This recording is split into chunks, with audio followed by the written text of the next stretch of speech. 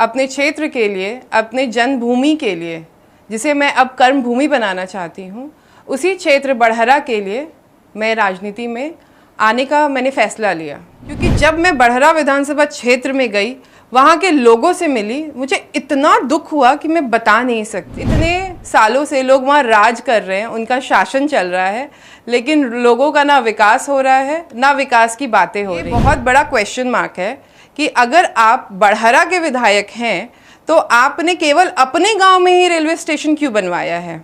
आपने जो हमारा है बसंतपुर, वहाँ क्यों नहीं? कैसे होगा? तभी होगा ना जब वो जात पात से ऊपर उठेंगे, और जब बदलाव होगा तभी विकास। रहा सवाल पार्टी का, तो बहुत जल्द मैं ये क्लियर करूँगी कि मैं किस पार्टी से आ रही हूँ। बनने के लिए मुझे नहीं लगता है कि चिराग पासवान को मैं फेवर करूँगी, ये मेरा पर्सनल ओपिनियन। नमस्कार, मैं हूँ नेहा और आप देख रहे हैं पुष्ट बिहार झारखंड। बिहार में विधानसभा चुनाव नजदीक है और ऐसे में तमाम राजनीतिक पार्टी तैयारी कर रहे हैं। इस बार के चुनाव में कई पुराने चेहरे खूब एक्टिव नजर आएंगे तो कई नए चेहरे भी दिखाई देंगे। मुख्यमंत्री नीतीश कुमार के बेटे निशांत कुमार की भी खूब बात हो रही है। कई ऐसे विधानसभा क्षेत्र हैं जहां पर धुरंधर तैयार हो रहे हैं चुनावी मैदान में जाने के लिए। आज हम बात करेंगे बड़हरा विधानसभा क्षेत्र, जहां पर एक तरफ राघवेंद्र प्रताप सिंह है और दूसरी तरफ कई ऐसे दावेदार दिखाई दे रहे हैं जो राघवेंद्र प्रताप सिंह को बड़ी चुनौती देंगे।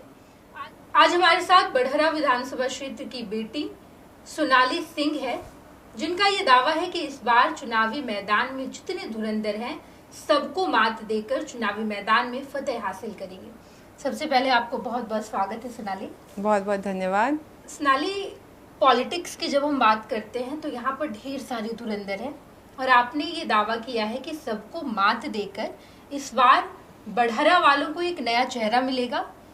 सवाल यही है कि एक महिला चेहरा, आप यूथ है, युवा है, बहुत सारे ढेर सारे अपॉर्चुनिटीज है आपके पास, लेकिन आपने राजनीति को क्यों चुना? बहुत बहुत धन्यवाद आपके सवाल के लिए। राजनीति में आने का कारण स्वयं बड़हरा है। जब मैं बड़हरा गई, वहाँ के लोगों से मिली, वहाँ की जो परेशानियाँ हैं, बेरोज़गारी, गरीबी, बीमारी, जिनका अभी तक समाधान नहीं हुआ है, उसी ने मुझे मजबूर किया कि मैं राजनीति में आऊँ। अपने क्षेत्र के लिए, अपने जन्मभूमि के लिए, जिसे मैं अब कर्म भूमि बनाना चाहती हूँ, उसी क्षेत्र बड़हरा के लिए मैं राजनीति में आने का मैंने फैसला लिया।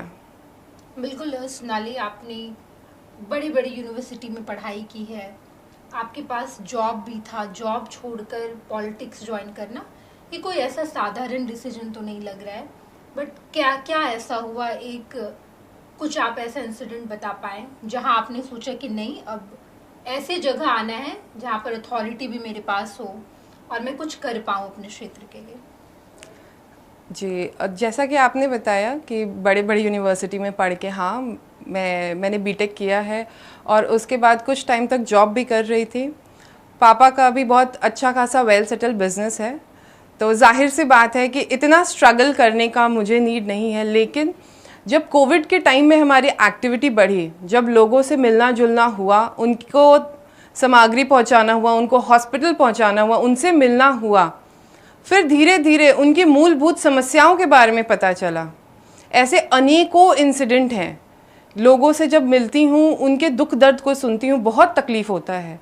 जो छोटे छोटे प्रॉब्लम्स हैं वो झेल रहे हैं डेली लाइफ में, वो तो हम लोग इमेजिन भी नहीं कर सकते। तो उनके लिए ही राजनीति में आने का मैंने निर्णय लिया। जैसे कि बहुत ही बेसिक प्रॉब्लम है, एजुकेशन, हेल्थ, ये तो बहुत आम समस्या है। रोज़गार जो सबसे बड़ी समस्या है लोगों के लिए, और उसके अलावा जल नल की समस्या, जो हमारे गरीब किसान भाई हैं उनके ऊपर कोई ध्यान नहीं दे रहा है। लोग इतना संघर्ष कर रहे हैं, लोगों से इतने सारे वादे किए जा रहे हैं, लेकिन उनको कुछ भी मिल नहीं रहा है। विकास के नाम पे कुछ नहीं मिल रहा है। इतने सालों से लोग वहाँ राज कर रहे हैं, उनका शासन चल रहा है, लेकिन लोगों का ना विकास हो रहा है, ना विकास की बातें हो रही हैं। बिल्कुल सोनाली, आपने कहा कि आप अच्छी यूनिवर्सिटी में पढ़ाई की, आपने बीटेक किया, जॉब किया, उसके बाद अब जब आप पॉलिटिक्स में आ रही है, आज के दौर में हम ये सुनते हैं कि पॉलिटिक्स उन लोगों के लिए, या पॉलिटिक्स में वो आना चाहते हैं जिनके पास पैसा हो, पावर हो, और अगर उन्हें थोड़ी और पावर की जरूरत हो, सरकार से जुड़ना है, तो वो पॉलिटिक्स में आ जाते हैं। आपके ऊपर लोग क्यों भरोसा करेंगे, और क्यों आपके पास ये तमाम चीजें, शायद आप भी इसलिए आ रही हैं पॉलिटिक्स में? देखिए, जो सबसे बेसिक चीज़ होती है ना, जो पॉलिटिशियंस में होना चाहिए, वो होता है समाज सेवा का भाव, जो कि आज के पॉलिटिशियंस में मिसिंग है। पॉलिटिशियन समाज सेवा नहीं करना चाहते हैं, और मैं अपने स्वभाव से मजबूर होके इस पे जा रही हूँ। जब लोगों से मिलती हूँ, उनके तकलीफ़ को सुनती हूँ, तो लगता है कि जब मैं इतनी सक्षम हूँ तो क्यों ना उस अथॉरिटी में जाऊँ और लोगों की मदद कर सकूँ। केवल और केवल इंटेंशन लोगों की मदद करना, उनकी सहायता करना है। हमारे पूरे क्षेत्र में आपको आश्चर्य होगा नेहा जी जान के कि एक भी डिग्री कॉलेज नहीं है जहाँ से बच्चे बेसिक बीए या फिर बीकॉम कर सकें। उसके लिए भी उन्हें आरा जाना पड़ता है। जो हमारे गांव की लड़कियां हैं वो अपना एजुकेशन पूरा नहीं कर पाती हैं। बेरोज़गारी का दर चरम सीमा को छू रहा है। तो इसका रिस्पॉन्सिबल कौन है?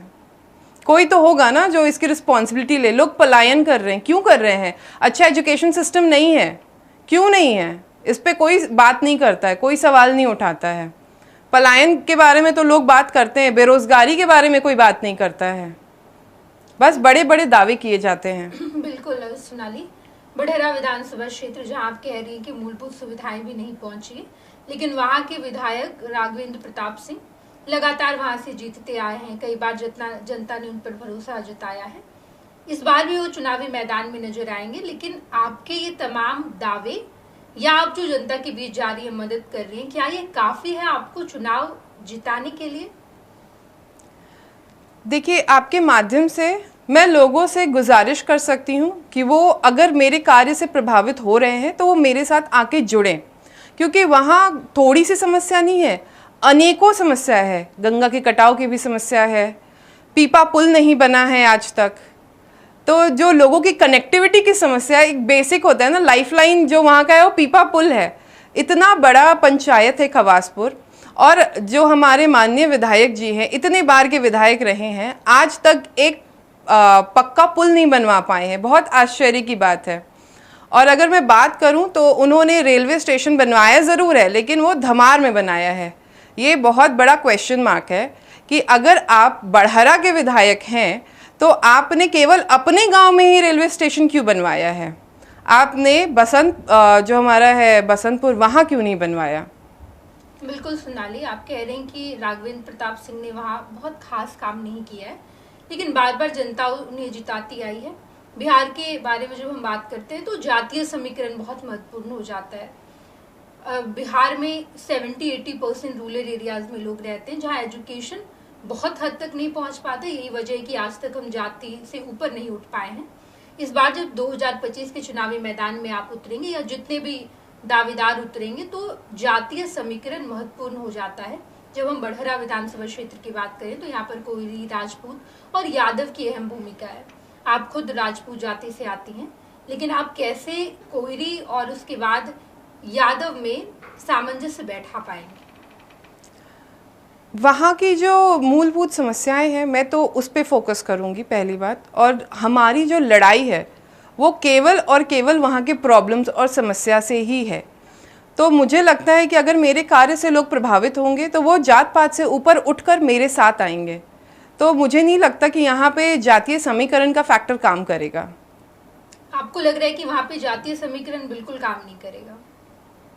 देखिए, जातीय समीकरण कहीं ना कहीं हर क्षेत्र में, बिहार के हर क्षेत्र में लोग उससे प्रभावित हैं, लेकिन अब लोगों को चाहिए बदलाव, अब लोगों को चाहिए विकास। तो वो जातीय समीकरण से ऊपर उठेंगे, वो जाति से ऊपर उठ के आगे आएंगे, क्योंकि वो भी बदलाव की एक आस लगा के बैठे हैं। उन्हें भी चाहिए कि बदलाव हो। तो बदलाव कैसे होगा? तभी होगा ना जब वो जात पात से ऊपर उठेंगे, और जब बदलाव होगा तभी विकास होगा।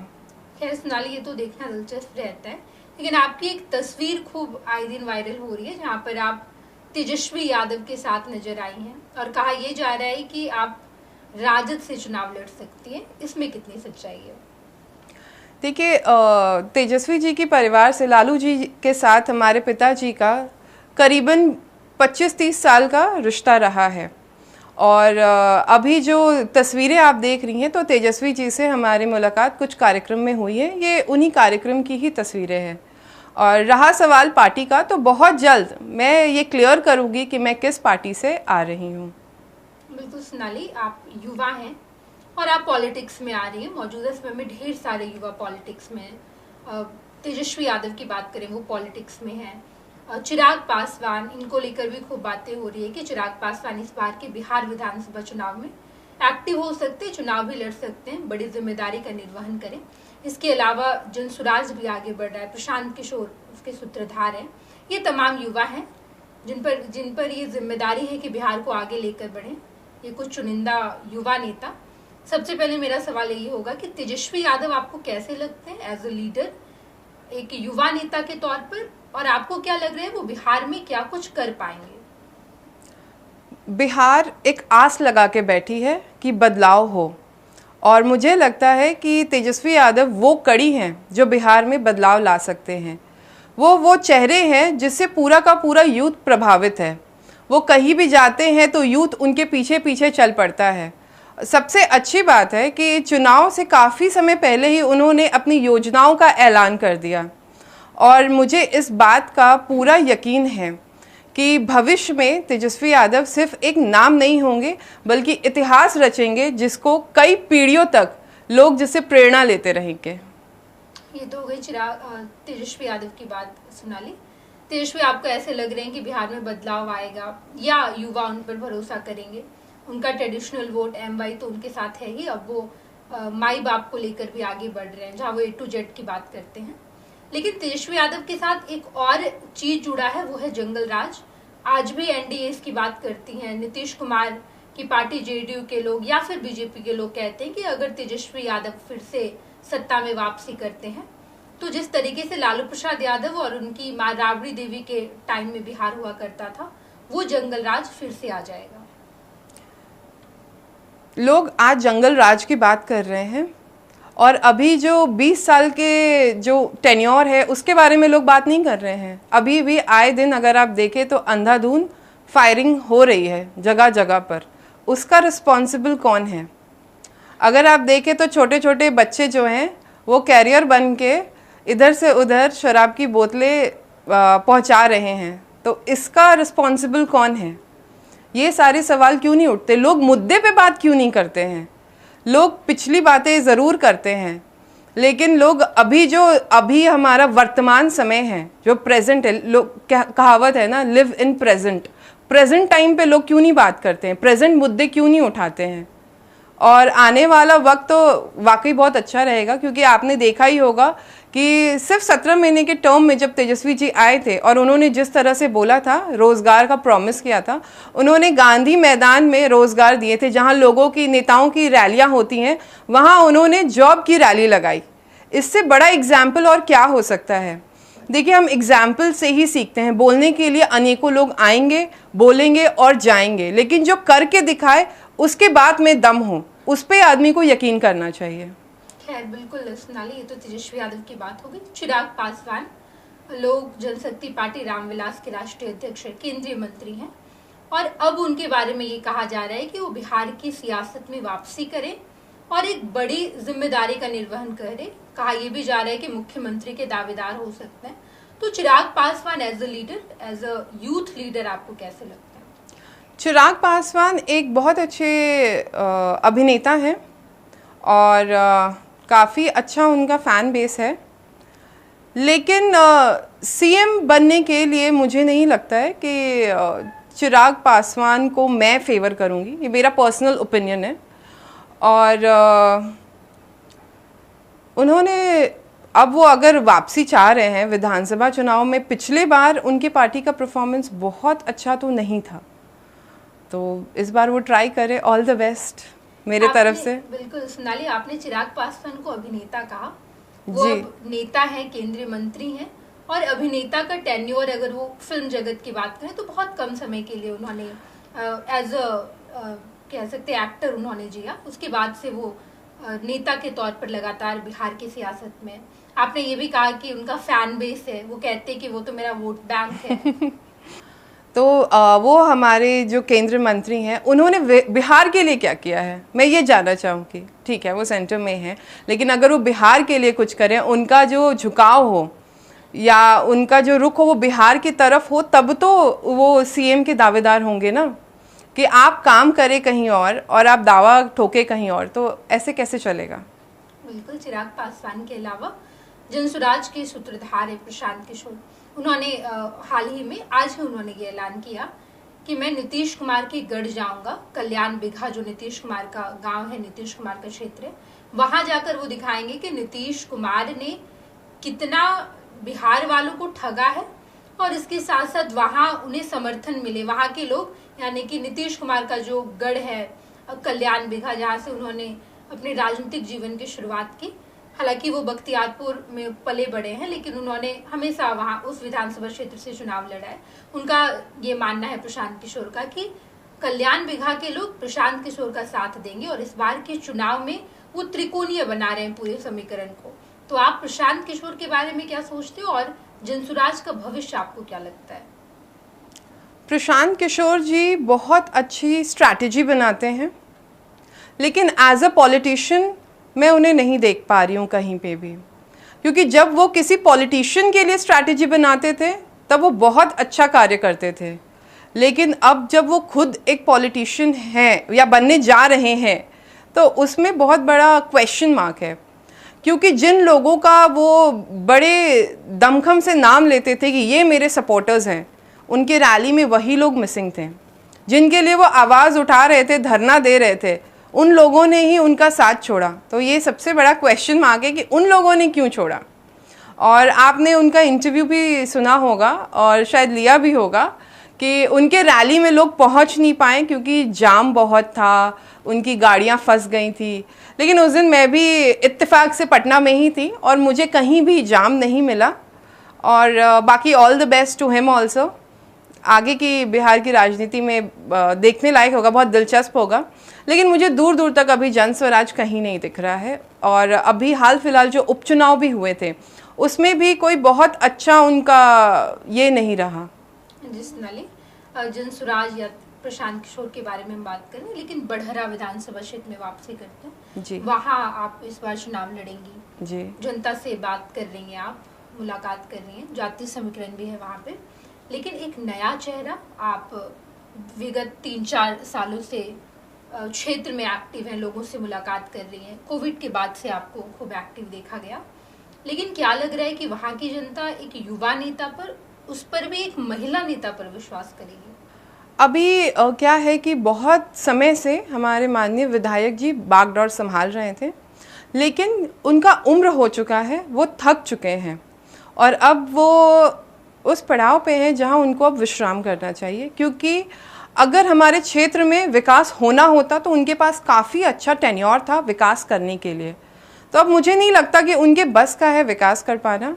और मुझे पूरा यकीन है कि जनता भी बदलाव चाहती है, क्योंकि जितने लोगों से अभी मिल रही हूँ, जुड़ रही हूँ, सब कोई बदलाव की आस और विकास की आस लगाए हुए हैं। तो बदलाव जब होगा तभी वहाँ विकास मुमकिन है, अन्यथा वहाँ विकास हो नहीं पाएगा। सोनाली, जब हम बढ़हरा विधानसभा क्षेत्र की बात कर रहे हैं तो वहाँ पर राघवेंद्र प्रताप सिंह लगातार के विधायक हैं। कई बार जनता ने उन पर विश्वास जताया है और उनका ये दावा है कि हमने वहां पर ढेरों काम भी किया है। ये जो उनके जो हमारे माननीय विधायक जी के जो दावे हैं, ये सिर्फ दावे ही हैं। क्योंकि जब मैं बढ़हरा विधानसभा क्षेत्र में गई, वहाँ के लोगों से मिली, मुझे इतना दुख हुआ कि मैं बता नहीं सकती। वहाँ पीपा पुल को वहाँ का लाइफलाइन कहा जाता है, जो मात्र 6 महीने के लिए एक्टिव होता है और 6 महीने लोगों को नाव से इस पार से उस पार जाना पड़ता है। आप अगर देखिएगा तो वहाँ ना तो अच्छी सड़क है, ना अच्छी शिक्षा है, और अगर लोग बीमार पड़ते हैं, जो खास करके जो वहाँ की गर्भवती महिलाएं हैं, उनको बहुत दिक्कत होता है उस दरमियान जब वो पीपा पुल आपका डिस्कनेक्टेड रहता है। लोग उसको लाइफलाइन बोलते हैं। और अभी तक जितना समय हमारे माननीय विधायक जी को मिला, उतने समय में एक स्थायी पुल नहीं बना पाए। ये बहुत बहुत बड़ा दुर्भाग्य है बड़हरा विधानसभा क्षेत्र का। और वहाँ जो सबसे बुरा मुझे लगता है पानी की समस्या, आर्सेनिक वाटर वहाँ पे इतना है कि लोगों को बहुत अनेकों प्रकार की बीमारी हो रही है उससे। बाढ़ की समस्या जस की तस है, बाढ़ की समस्या तो है, लेकिन उसके साथ साथ जो मुआवजा मिलना चाहिए उसकी भी समस्या कम नहीं है। उसकी तो बहुत अलग ही समस्या है कि लोगों को अभी तक बाढ़ का मुआवजा नहीं मिला है, बल्कि दावा किया जाता है कि 90% लोगों को बाढ़ का पैसा मिल गया है।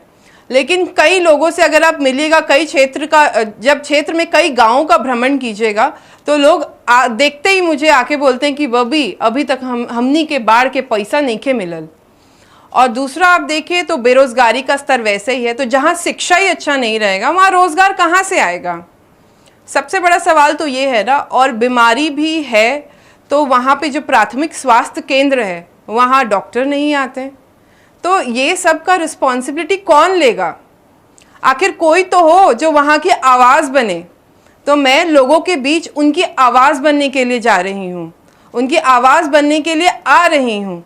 और मैं उनसे आपके माध्यम से बस ये रिक्वेस्ट कर सकती हूँ कि आइए और आप भी मेरे साथ जुड़िए, ताकि मैं आपकी आवाज़ बन सकूँ और आपके अधिकारों के लिए बात कर सकूँ। बिल्कुल सोनाली, आप चुनाव लड़ेंगी इस बार, तो आपने क्या डिसाइड किया है कि किस पार्टी में शामिल होना है और आपको और चुनाव लड़ना है? मैं ऐसी पार्टी के साथ जुड़ना चाहूँगी जो ज़मीनी स्तर की बात करे, जो निचले स्तर के लोगों के बारे में सोचे, अगले पिछड़ों के बारे में सोचे और अ से ज्ञ तक सबको साथ लेके चले। अर्थात अज्ञानी, अज्ञानी मतलब जो हमारे नवजात शिशु हैं, जो छोटे छोटे बच्चे हैं, जिनको सही और गलत का अनुभव नहीं है, जो सही और गलत में भेदभाव नहीं कर सकते। और ज्ञानी अर्थात जो हमारे बड़े बुजुर्ग हैं, जो बुद्धिजीवी हैं हमारे समाज के, उन सभी को साथ लेके चलने का जो बात करे, मैं वैसी पार्टी के साथ जुड़ना चाहूँगी, वह वैसी विचारधारा के साथ जुड़ना चाहूँगी। बहुत बहुत धन्यवाद सोनाली जी, आप क्षेत्र में जाएं, हमारी शुभकामनाएं हैं। गोल, जहां 27 वर्षों के सफर में 17,000 से भी अधिक छात्रों ने डॉक्टर एवं इंजीनियर बनकर भरे सफलता की ऊंची उड़ान, जहां साधारण छात्र भी बिहार टॉपर्स बनकर बना रहे इतिहास। दूरदर्शी शिक्षाविद श्री बिपिन सिंह के मार्गदर्शन में मेडिकल एवं इंजीनियरिंग के लाखों छात्रों के लिए आशा की किरण के रूप में गोल, द रिजल्ट फैक्ट्री।